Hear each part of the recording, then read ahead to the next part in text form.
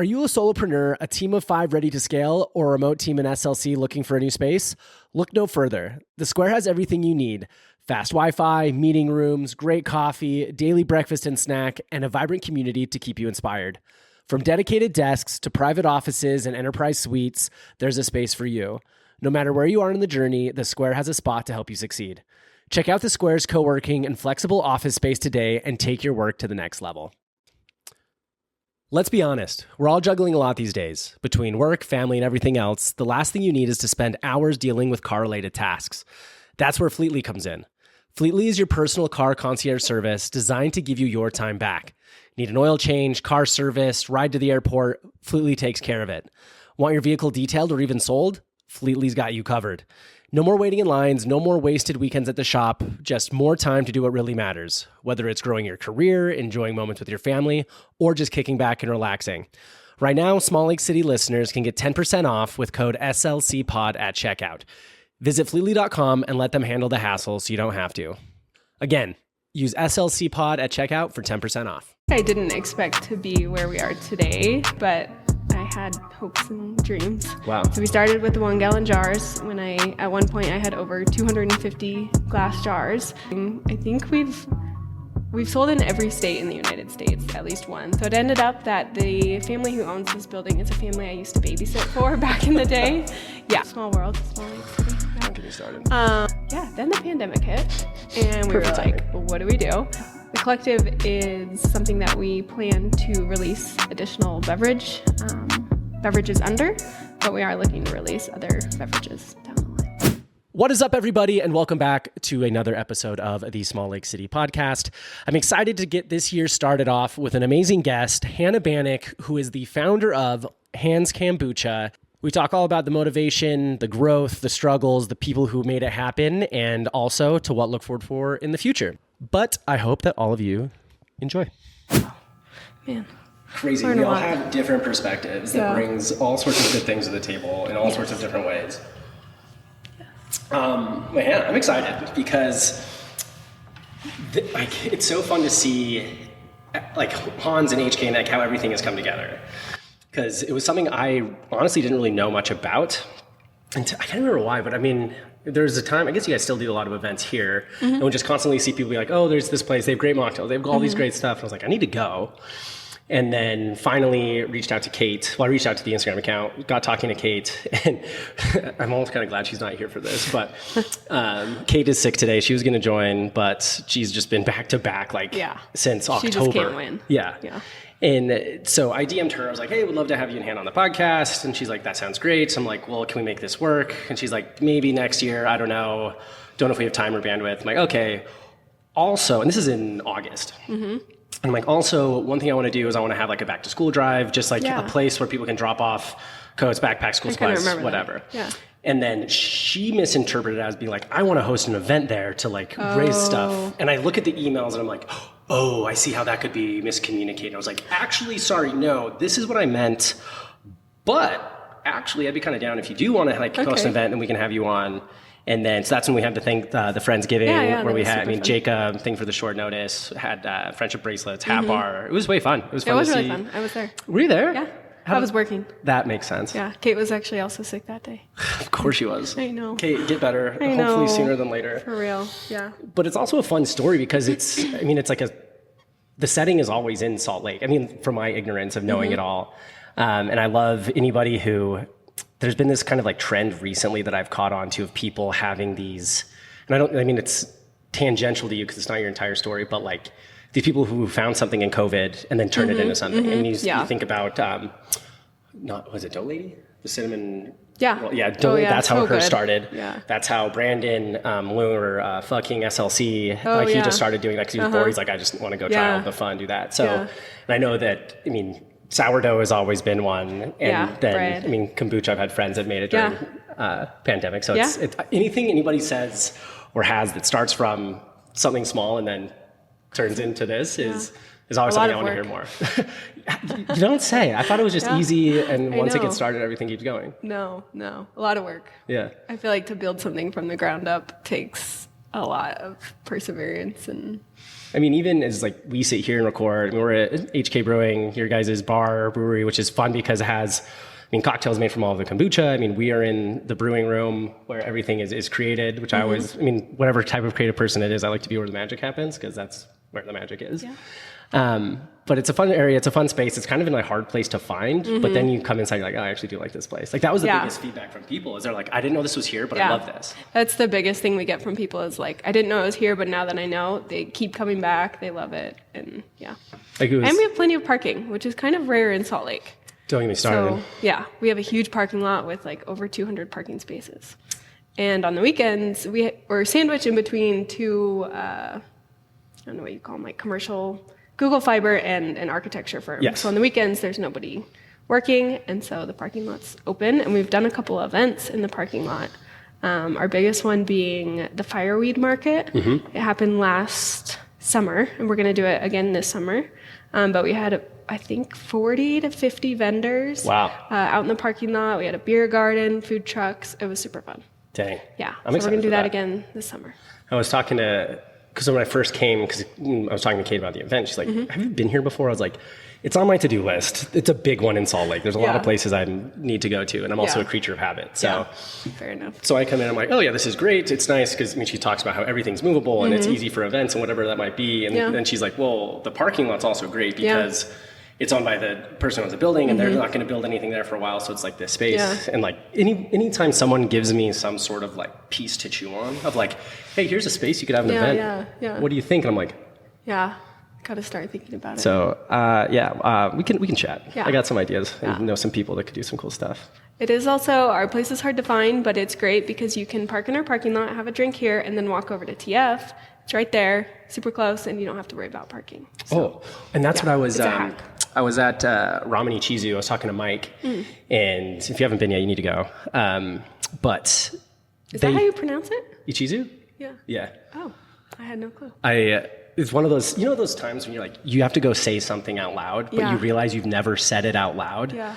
And you're talking to someone who knows about it, and you're like, here we go. I'm going to be wrong. But so it was one of those ones where I was like, ramen, and then someone said Ichizu. Yeah, Ichizu. That's what I know those. I've seen it like a bunch, but never said it out loud.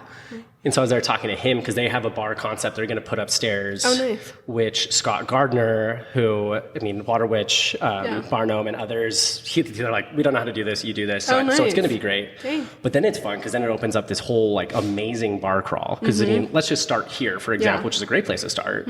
Go here, walk over to TF, walk over to Fisher, walk over to Ramen go to Barnum, go to Water Witch, and like. Yeah, and you're all with like, it's like within a block. So and you don't even have to go far. If you need another place to go after that, good luck. I don't know what else. Yeah, I know. And there's new stuff popping up too, like the Thieves Guild Cidery that popped up. They're doing a lot of stuff. Yeah. One of my friends bartends and bounces there, but is that a word still? And so like at first I didn't really get what they were doing there, and because I'd always hear she's like, oh, I'm going to work dressed up as this. I was like, cool. Yeah. And then it all kind of came together. Yeah. It's pretty cool. Hey, I love, because like when I was in college and like starting to become like a social adult in society, like downtown Salt Lake is like, okay, where are we going? There's usually one place everybody in your demographic went. And then now we're finally getting to this point where it's like, oh, like here's this theme bar, or here's this bar that has this like themed cocktail or this specific nuance. So it's like vibe. Exactly. Yeah. And so it's not just like, oh, we're going to Whiskey Street again, or oh, we're going to oh my gosh, I can't even think of the bar we used to always go to, the bottom of Walker Center that closed. Bourbon House. The one in the basement? Yeah. I think it was, wait, no, that's the one that's right next to White Horse. What was the first one? Oh no, it was Bourbon. Yeah. Yeah, it was. Good memories there.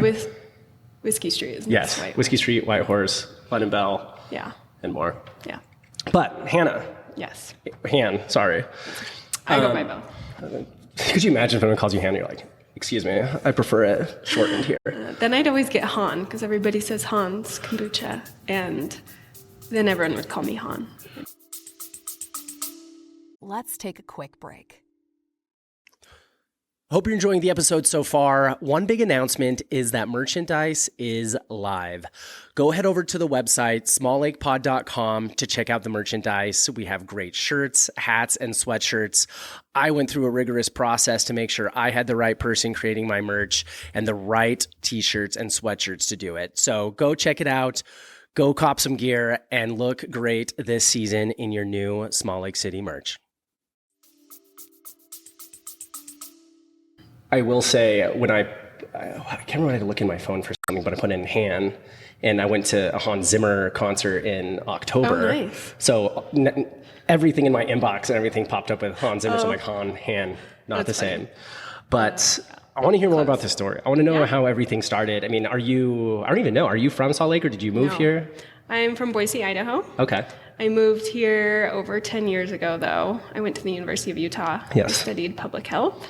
What brought you in public health specifically? The snow, bigger town? The snow. It's pretty close to Boise, but not too close. I have family in Park City, and I liked Salt Lake, so checks all the boxes. Came here, yeah. It was great. Did my 4 years at the U and loved it. And then graduated and kind of didn't know what to do next. I went and did an internship in healthcare administration in New York for a couple months and was like, this is not for me. The healthcare system really is in it for a business, not necessarily to... bad time for healthcare. Yeah, not really to help people. So I was like, okay, this isn't going to work for me. So came back to Salt Lake and had been brewing kombucha from home as a hobby for a long time, like through college. So how did that start? Like, was it something I drank a lot of kombucha. That'll do it. And it was interesting to me, and I wanted to learn how to make it on my own. And someone gave me a book, and I started brewing it from home. Right. And then the way kombucha works is you have a SCOBY, which is kind of similar to the sourdough, in where you keep some from a previous batch and then start a new batch, and then it grows bigger and bigger. So my batches were growing bigger, and I can only drink so much kombucha. So I started sharing with friends, who then shared with their friends. And eventually people were like trying to buy it and stuff like that. So I was like, okay, people like my kombucha. I need to just figure out how to sell it. So I got into a commissary kitchen. I did Square Kitchen, super close to here actually. And did a couple farmers markets downtown over the summer and gained a lot of traction with those. And then started selling to some local coffee shops, stuff like that around town. And then 6 years later, we're here. Here we go. That's awesome. Because I love that you had, I love any story that starts with passion. Like you're drinking kombucha, you're like, I love this. It's probably like, if it's 10 years ago, it's 2020. Yeah, it's like the heyday of kombucha. Everyone's walking around with their trilogy and their chia seed and everything. And it was like such a, I was sorry. I'll still have a kombucha every now and then. Not as much as then, but will. At what point, because again, you talk about starting to make it in college, in your dorm room, and then there's a point where like, hey, like there's something here. What was there a moment you can look back at and be like, this could be a thing, I need to take it and run with it? Or did it just kind of slow burn into what it is now? I think I didn't expect to be where we are today when I started it, but I had hopes and dreams that it would become, a popular drink just here in Salt Lake that people enjoyed and was a great soda alternative and was healthy for the community. But I never expected to have a full bar and all of that distributing. I think we've sold in every state in the United States at least once. Wow. But we currently just sell in about 24 states in the U.S. Yeah. That's insane. Yeah, I know. It's pretty crazy. Primarily in Utah, but yeah. Everybody loves it here. I've yet to talk to anybody, because there's a couple other smaller kombucha places that I couldn't name off the top of my head if you asked me, so don't. But it's okay. They don't. Just kidding. Yeah, no free clout. But it is fun to see, as I talk to people about kombucha, it's kombucha. Of course, that's what we're gonna do. Especially when we think about what's going on in the world right now, especially with health. People, it's either people are going 2 feet first into soda and being like, we're going to thirst and swig every day. Yeah. Or people are like, listen, Yeah. I'm out, no more sugar, Yeah. Olipop, like whatever it is, it's like always going to be an alternative. Like even diet sodas now, people are like, I don't, there's something wrong here. Yeah. Even you have to be careful with some of the kombuchas that are out there because they are very full of sugar. Some of the big box brands have 18 to 20 grams of sugar in a bottle. Yeah, no, so one of our biggest things we are proud of is that ours is very low in sugar. It has about 6 grams per can. So very low in sugar, and it doesn't have that vinegary bite that a lot of other kombuchas have. I don't know if you've ever like opened a bottle of kombucha and took a swig and you're like, oh my gosh, that like, it's like that. Yeah, that hurt. Ours is more of a like drinkable, crushable kombucha. That's how I like to have my beverages. I've never been one to be like, I really want this to be hard to drink and just generally stiff. There are people like that out there though that love that. I do like some of it because you have to like that flavor to some point to enjoy kombucha, but it's not like give me like pure Super vinegar. Like I could never be the apple cider vinegar in the morning person. Yeah, I don't know how people do that. That's a lot. Bless our hearts. Yeah. Yeah, but when people try kombucha, I mean, I've been drinking it for so long that it doesn't taste super vinegary to me, but for people that have never had it before, it's very like, they associate it with apple cider vinegar. It's crazy. We'd slowly get used to Perspective. it. Yes, thank goodness we're all different. Yeah.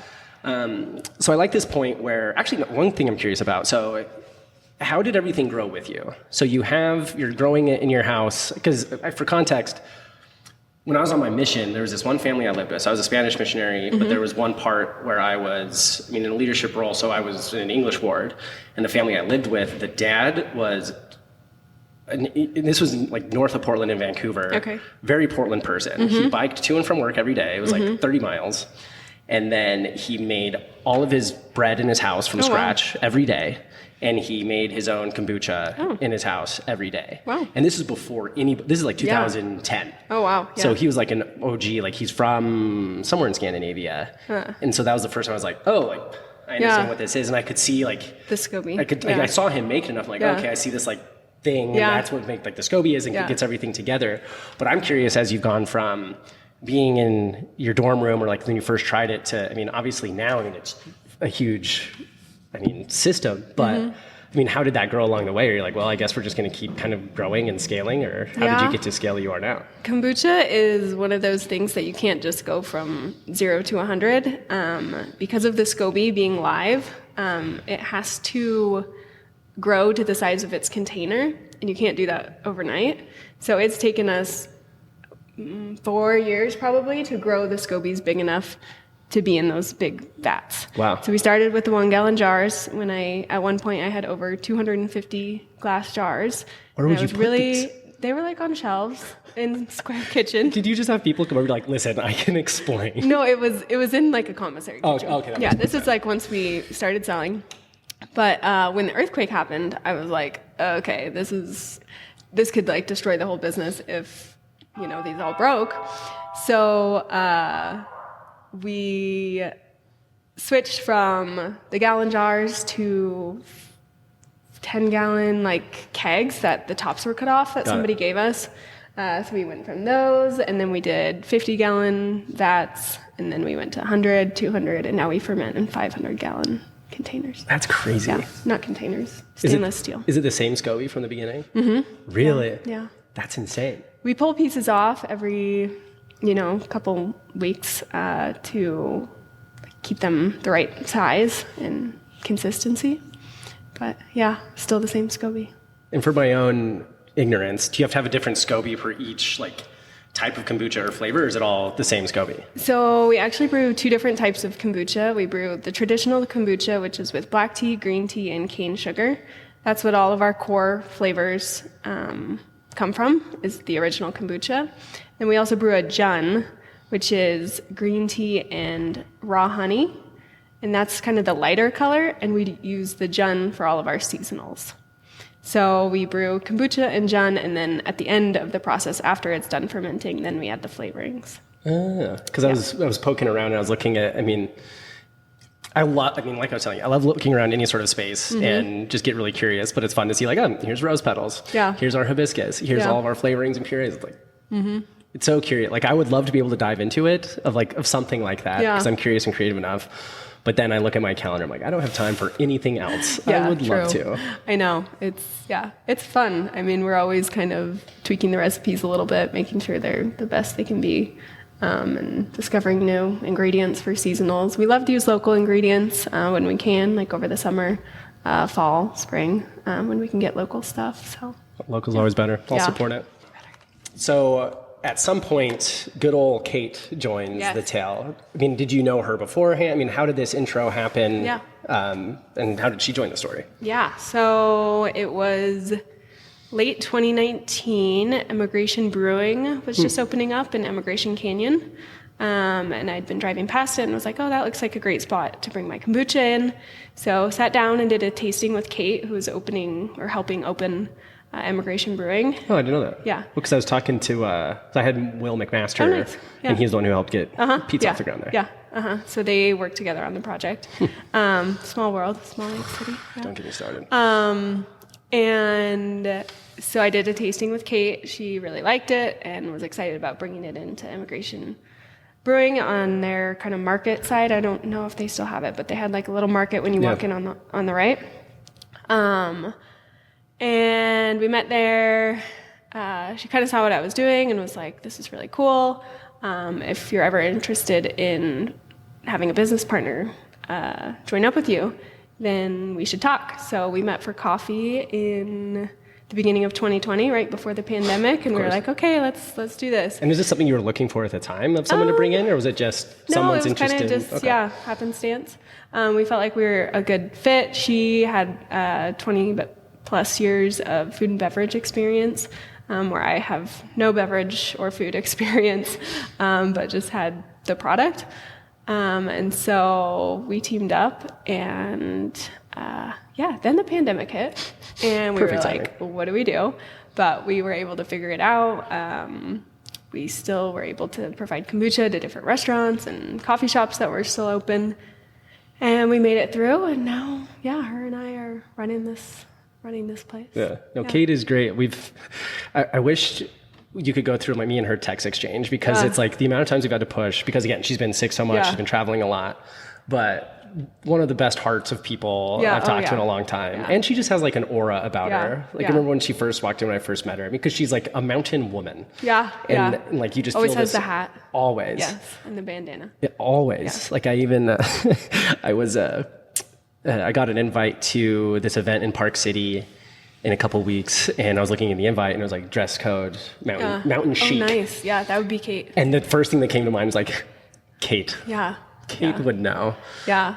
She's originally from Jackson Hole, Wyoming. True. And then came here. Yeah. Dang. Yeah. Okay, so that's fun that you guys met like that. Because I always love when people who, again, like she's working at Emigration, she has someone reach out and be like, hey, I have this product I think it would be really good to have there. She's like, come have a taste test. If it works, great. If not. And I always love people that kind of have like an innocent approach to it, and then they have like, wait a minute. Yeah. I'm kind of in on this. Yeah. And I know that you, are the product person to the core. You were the one brewing, figuring everything out. She runs a lot of the business side of things. But so she joins, COVID hits, difficult for a while for everybody. But then I'm also curious of how, HK Brewing came to be. Because, obviously you needed space for all of this, but curious of how it came from. Because this used to be like was it a Cummins? Yeah, a Cummins. Diesel repair, yeah. So from Square Kitchen, we moved into Mountain West Hard Cider. Oh, okay. In 2021, I think, or 2020. The end of 2020 is when we moved into Mountain West. They were super nice. They gave us like 1,000 square feet in the back of their warehouse. No windows, nothing. But and it's on like 4th West or? Okay. 4th West, 4th South. Yes. No. 4th North. 4th North. Yes. 4th North. And they gave us some space in there. We knew that it was just going to be like a temporary thing until we could find space of our own. Kate and I looked at every property in Salt Lake and beyond, looking for the right space for us. And were you looking for like places to brew and to have some sort of like front space? We didn't really know for sure. Okay. But it was part of the idea. Yeah. Okay. Ever since I started selling, people always wanted like a space to come to, a space to be able to sit down and have a glass. So that was always something we wanted. But we looked at this space a couple of times, and we're like, oh, I think it's too big. You know, I don't know if we can really make it work. And our real estate agent was like, you should just talk to the landlord, see if you can work something out. So it ended up that the family who owns this building is a family I used to babysit for back in the day. Yeah. Of course. So, like in Boise? No, here in Utah, like when I was in college. Okay, gotcha. Yeah. Wild. So they own this building, and they were excited to see me on a new venture, and were willing to lend a hand and kind of give us a deal so we could get into the space. And so we built out the manufacturing side of the space first, and moved in here November of 2021. Built this out. And then quickly people found out we were here and really wanted like a front, customer facing space, and they wanted to be able to sit down. So we started working on that. We had done the Twilight concert series a couple of years in a row, selling kombucha cocktails. And our line was always longer than the beer line. People love the kombucha cocktails. And we were like, okay, we really have like something here that we should probably integrate into our space. And so we applied for a bar license and opened as a bar in March of 2023. Sounds like another fun learning process. Yeah. I mean, how was that going from, because again, like you don't have any food and beverage entertainment experience. Kate does. Right. But to try to be like, all right, we have this new space, bigger, we have to get everything ready to go, which is a whole nother learning. Because everybody I've talked to who's gone to scale, talking to, Kevin and scaling all of that, and Isaac and whiskey, but then also talking to like the Baby's Bagels guys of them going from, here's a COVID idea, here's another COVID idea, to selling at the farmer's market, to then working in like Arlo's kitchen to try to refine things, opening up their own space. And like and especially with Baby's like with bagels and bread are very temperamental. Right. And humidity, temperature, elevation, everything. And so they had to refine so much as they grew, which I imagine, so you have that coming into here. Yeah.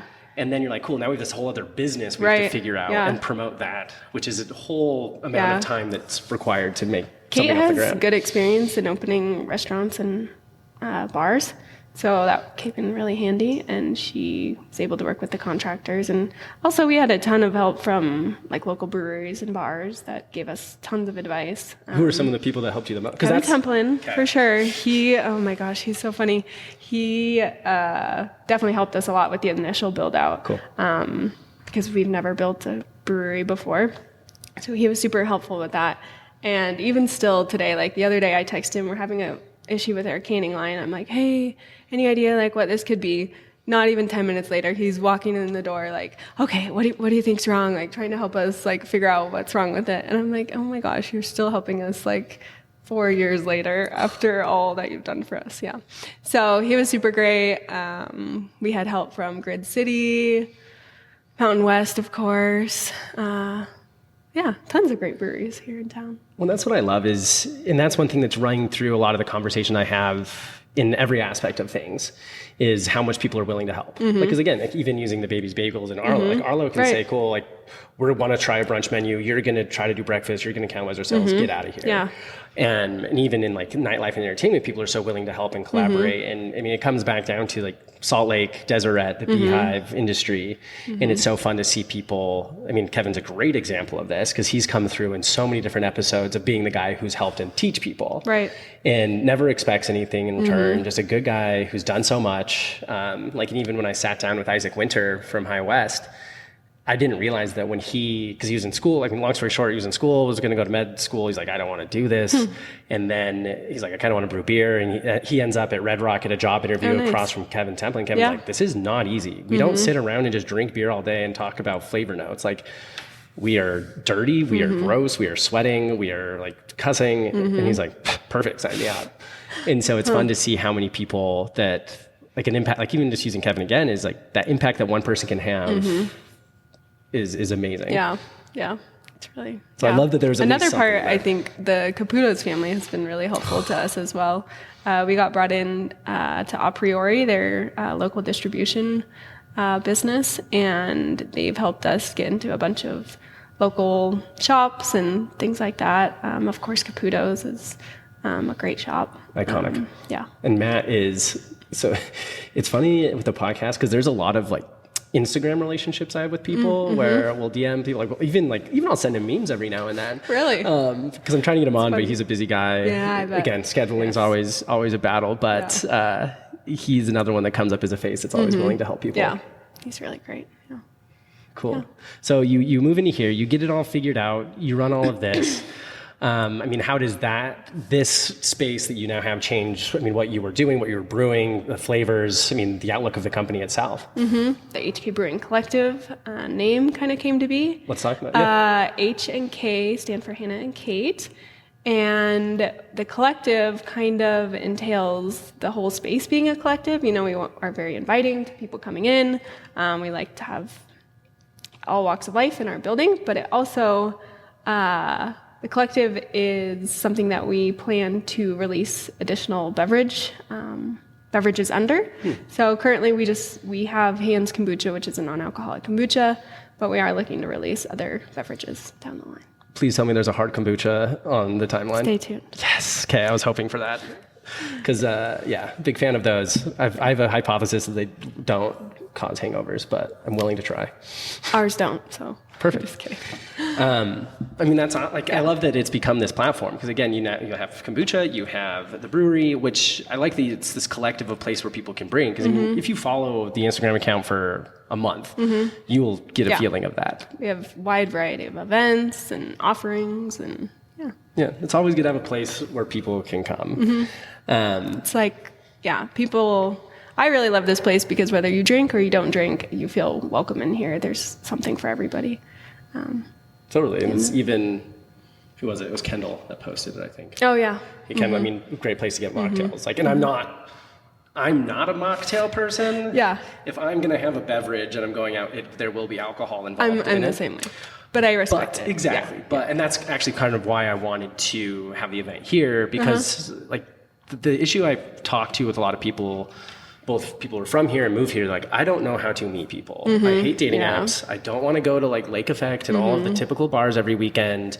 I don't want to drink so much. I'm trying to drink less. Right. And I'm all right, let me think about this. And so, granted, I ended up having an event in a bar, but it was specific because I was like, oh, there's other things people can have. And actually, I wasn't drinking in November. Okay. So I guess I take back my words. Yeah. I will get a non-alcoholic beverage if I go out. So it was nice to just sip on some Parker's Power and yeah, it's nice because I feel it's getting better, but a lot of bars only have sodas or sparkling water available, and it's a lot of people are trying to cut out sugar and they don't want a soda, so having kombucha or even mocktails is really nice. Yeah, because I spend a lot of time at Edison House and they have a whole mocktail menu, which really? I'm glad it's there. Yeah. But yeah, we just need to have a place where everybody can come because I love when my next oldest sister, who I'm super close with, she's also not more anymore. We drink, hang out, whatever. But my next oldest sister isn't. Okay. Mom isn't, and so it's always okay, where can we go to a place where I want to go because there's good food and good experience, but I also don't want to have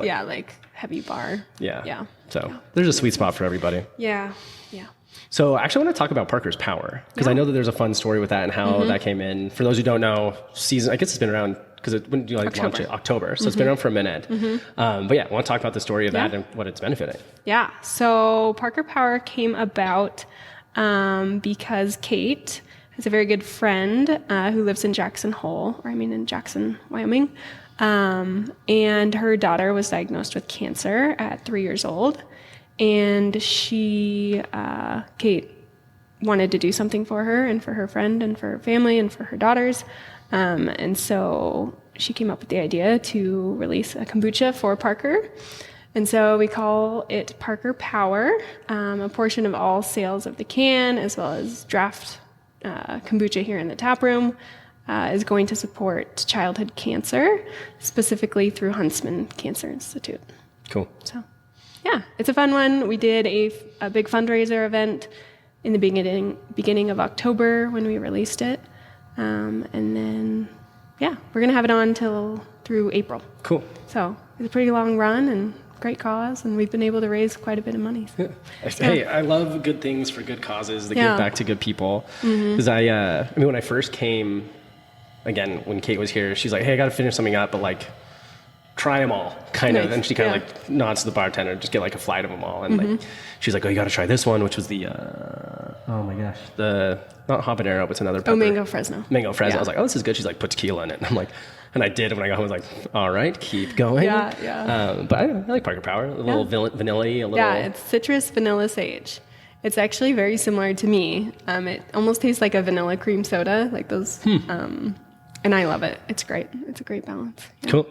And that one is the Jun style of. I was going to say, because so, I saw it was clear. I was like, yeah, it's going to be the jump one. Yep.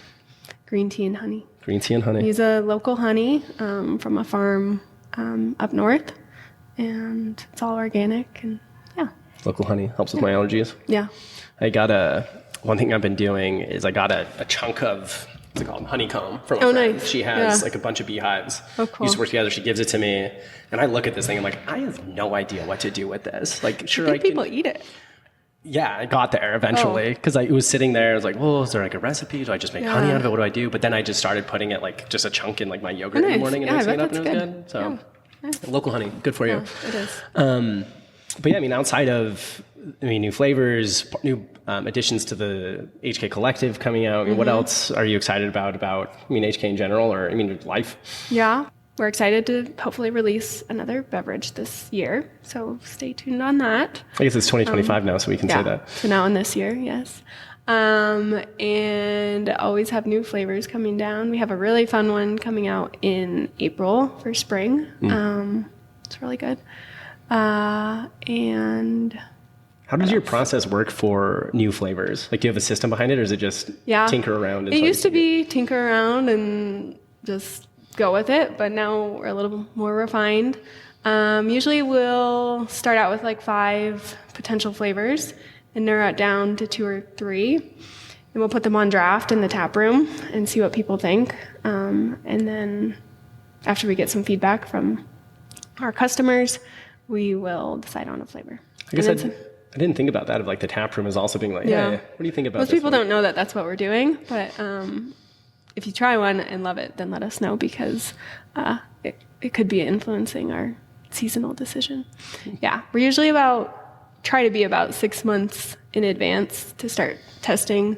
So we'll start do testing for a month or 2, and then get our designers on doing the label and all the all fun that, process. and photos and Things that you never dreamed of from University of Utah. I know. Yeah, it's crazy, but it's fun. Yeah, I like doing the seasonals. We try to release one every quarter. We kind of switched up our schedule, so that's why we're doing the Parker Power for a little bit longer, but we'll have 4 seasonals coming out in 2025. Heck yeah, I'm excited. Yeah. Outside of kombucha and spending all your time here, what else do you like to do that takes up your time? Yeah, I like to ski. I like to go on hikes with my dog. I just got married last year, so Congrats. that took up all of my year, literally. I like to travel, spend time outside. I like to play pickleball. Yeah. I don't know if you've been to Second Summit Cider. Yes, I've gone. I feel bad because I haven't gone to actually play pickleball. No. A lot of people go there just to have drinks, which is still fun. Well, let's see. When was the last time I was there? I was there for, it was August 1st, 801 day, Oh, when nice. the City Cast had their cider with them, so I went to go support that. Yeah, nice. But when I was there, I was like, because like one of those moments, like, oh, I'd play pickleball, especially after having a cider. I'm like, I could play some sort of competitive activity. And It's then so fun. I look around and it's like no one's like actually playing, or if they are, there's like a ton of people like, we'll come back. Yeah. But I know a couple of friends do their like leagues. And it was way fun. I think they started their own league last year. Yeah. I'm not sure. I'm not that competitive. I just like to go out and Have fun. Have fun. Yeah. How dare you ciders. only have fun? Yeah. But I like to do that. I don't know what else. Yeah, it doesn't have to be complicated. But is there any reason why? Did you ever have a thought of taking this to Boise and moving it back there, or was it always going to be here? I did not have a thought of doing that when I started, but people love our tap room. They love the product. They love the space, and we have thought about bringing the tap room to other cities. Boise being one of them, Jackson, possibly Pacific Northwest. The home places, of course. Yeah. So we'll see what happens in the next couple of years. But Until then, we'll get some new drinks started, get the collective going. yeah. And go from there. Yeah. Come down for a drink. Come hang out. It's a great spot. Bring some friends. Mocktails, cocktails, kombucha, whatever you need, it's here.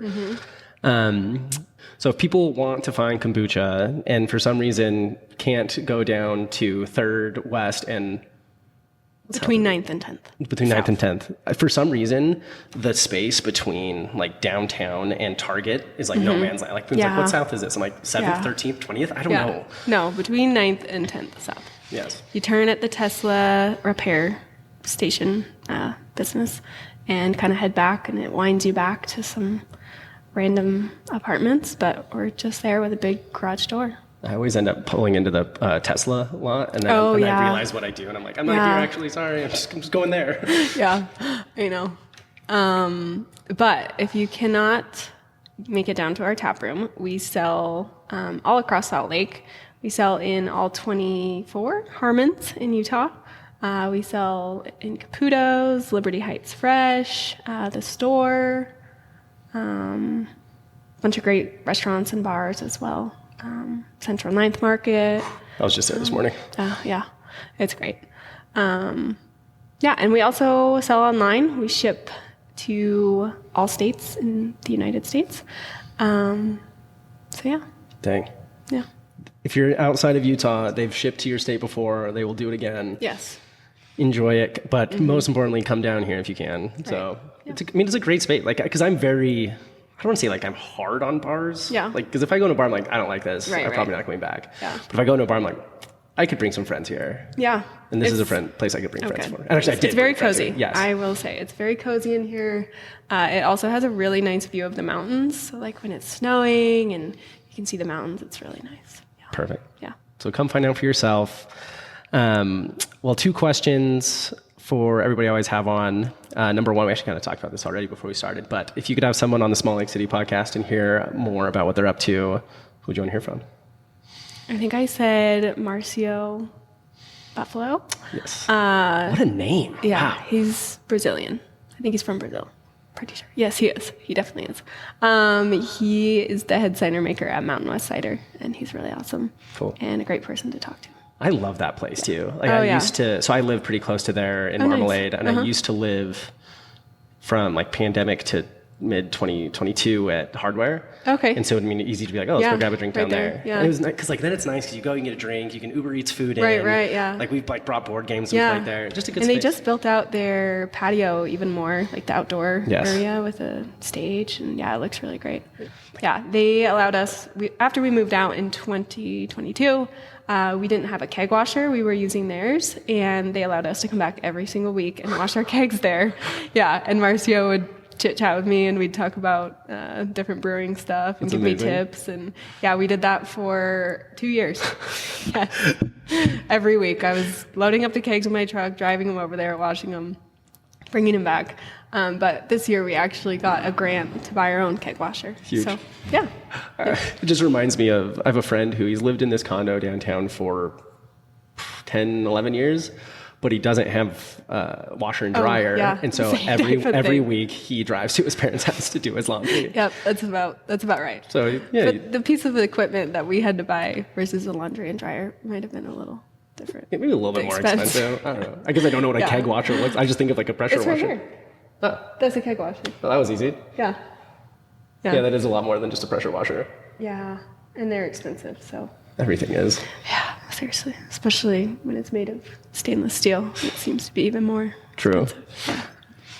Cool. Marcio Buffalo. Yeah, I would love to talk to him. I haven't had a cider person on yet, and if there's a cider person, it's going to be him. There's great cider people in this They're city. popping up. I mean, like Thieves Guild, them. Joe, with Second Summit, he's great too. I don't know if you know him, but he's a lot of fun. I mean, anybody who's going to start a cidery / bar and then attach pickleball, like. Yeah, true. I can never look at those details and be like, probably a bad person. Yeah, true. Yeah. No, he's a good time. Deal.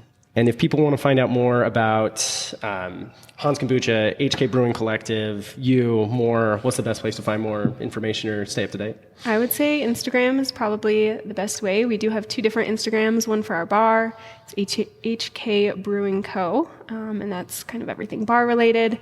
And then Hans Kombucha has its own Instagram, and that's for our non-alcoholic kombucha. So definitely Instagram, and then we also have a lot of information on our website, which is hkbrewing.com. Deal. Yeah. So check it out. Come down. Go to one of your favorite retailers. Buy something. Come down. Buy something. Come hang out at the space. Come check out the mountains. There's lots of events if you need some motivation. Trivia on Wednesdays, and it's really fun. I do love trivia. Yeah. I'm terrible. I'm like literally the worst, but I'm actually really good. So I'm a jack of all trades, master nice. of Yeah, none. Like, that's my husband too. It's always like, oh, how did you know that random fact? I'm like, random Reddit deep dive at 3 in the morning when I couldn't sleep? Sure. Yeah. Cool. So yeah, come down, enjoy, say hi to Hannah if you see her, say hi to Kate if you see a mountain woman who looks like she's from Jackson Yes. Hole, and that will be her. I also want to say we have tons of great people on our team. Our bar staff is amazing, super friendly. Our new bar manager, Alyssa, who you just met, she's really great. And we have awesome staff in the brewery as well. Great people, great product, welcome addition to Salt Lake. Excited for what's to come. Yes. I will keep an eye on all of the new beverages and excited for the future. Yeah. Keep crushing it. Thanks. Thank you. Thanks for having thank me you. on. Yeah.